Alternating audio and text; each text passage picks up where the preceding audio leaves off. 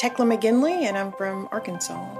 I started off having what they thought was bronchitis for about 2 weeks. It never would clear up, and I continued working through that. I was lucky enough that my insurance, we changed at my job, it changed, so I had to go to a different doctor, or actually I had to go to the emergency room. They saw fluid on me, and it started there. They knew something was wrong.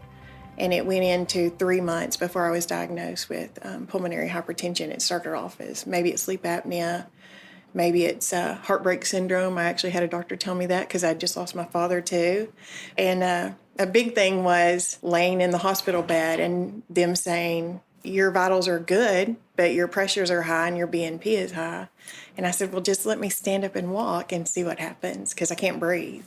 So it took a while. The first year I was waiting to die. I was scared. Every little pain I had, every doctor who would say what I was feeling wasn't related to pH, and it was because they just weren't knowledgeable in it. Not being able to see a specialist and not understanding why I couldn't just go see a specialist. Family members thinking if you just get up and move, you'd feel better. Or at times you don't look sick, and friends and boyfriends just gone. And I was scared, and I couldn't move literally for almost a year. The second year I got mad. I was mad at everybody. The way they reacted to me, not understanding the disease, not understanding the illness, not wanting to be a part of my journey, and I felt completely alone. And then finally I decided to start looking into other doctors and going into some support groups, even if it took 4 hours to get there.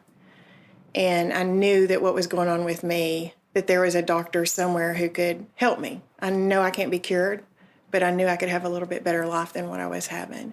So right now, that's what I'm doing. And I have found a doctor who is working with me. They don't know how I got it or if it was hereditary. Today, I got to meet the first person that I'd ever talked to on Facebook.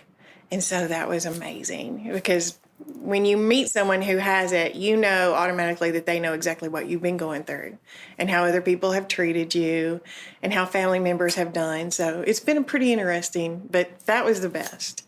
Meeting someone who actually had pH was great. When I was first diagnosed and I was on the pump that goes straight in, I went to the hospital numerous times the first year, and the emergency room and the doctors did not know what I had. They didn't know how to deal with the medicine. And I know all of this stuff.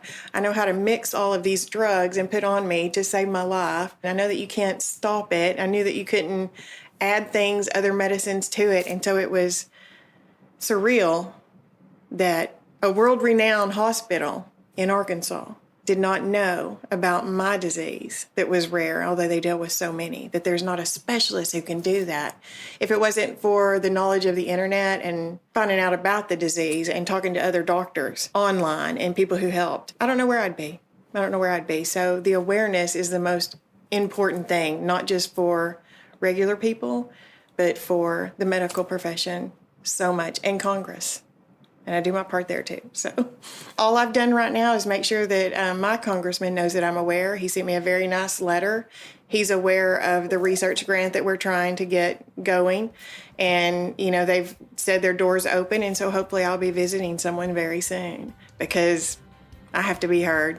No one should go through what I went through. No one should have a doctor or nurse not understand what your illness is.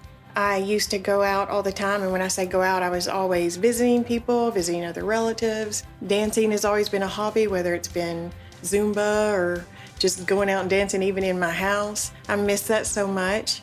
I can move a little bit, but not like I used to. The stairs still get me. And I used to walk our Presidential Library Bridge and our Big Dam Bridge that's in Arkansas.